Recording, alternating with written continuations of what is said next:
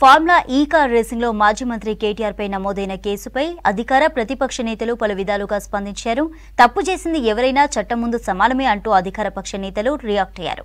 కాగా ప్రజల కోసం ప్రశ్నిస్తున్న తమపై ప్రభుత్వం కక్ష సాధింపు చర్యలకు పాల్పడుతోందని మండిపడ్డారు బీఆర్ఎస్ నేతలు. ఎన్ని కేసులు పెట్టినా ఎదుర్కొనేందుకు సిద్ధంగా ఉన్నామంటూ తెలిపారు.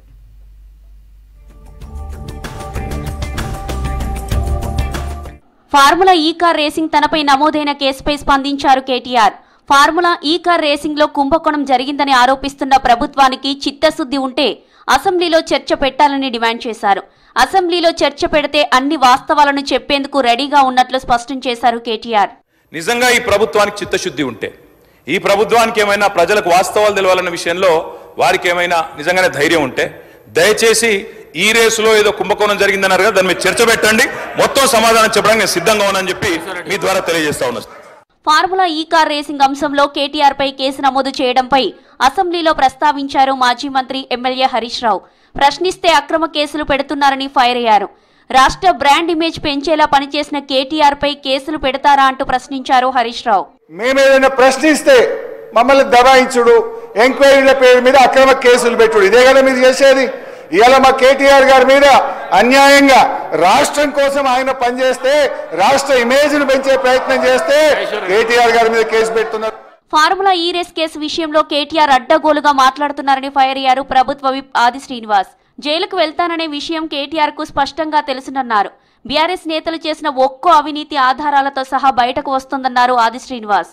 ఏం చేసుకుంటారో చేసుకోపోమని, ఏం పీకలేరని, వెంట్రుక కూడా పీకలేడని చెప్పనేటువంటి కాడి నుంచి చర్చకు సిద్ధమని ఇక్కడికి వచ్చేది. ఏసీబీ విచారణలో ప్రాథమిక స్థాయిలో తప్పిదాలను గుర్తించి చట్టం తన పని తను చేసుకుని పోయే క్రమంలో ఎలాగూ పిలుపు వస్తుంది నాకు పోలీస్ స్టేషన్ నుంచి అని విచారణకు సిద్ధం కావలసిన సందర్భంలో ఈనాడు సన్నాయి నొక్కుతూ మాట్లాడిన మాటలను ప్రజలు గమనించాలని సందర్భంగా కోరుతుంది. మాజీ మంత్రి కేటీఆర్ పై ఎఫ్ఐఆర్ నమోదులో చట్టం తన పని తాను చేసుకుపోతుందన్నారు కాంగ్రెస్ లీడర్ అద్దంకి దయాకర్. ఫార్ములా ఈ రేస్ నిర్వహించే విషయంలో కేటీఆర్ సొంత నిర్ణయాలు తీసుకున్నారన్నారు. కేబినెట్ ను సంప్రదించకుండా ప్రభుత్వ సొమ్మును దుర్వినియోగం చేశారని మండిపడ్డారు.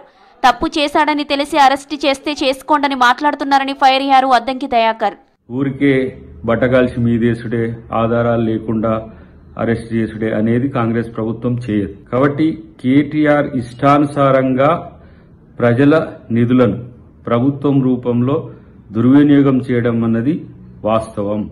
రాజకీయంగా ఎదుర్కోలేక బీఆర్ఎస్ నేతలపై అక్రమ కేసులు బనాయిస్తున్న కాంగ్రెస్ ప్రభుత్వ డ్రామాను ప్రజలు నిశితంగా పరిశీలిస్తున్నారన్నారు ఎమ్మెల్సీ కవిత.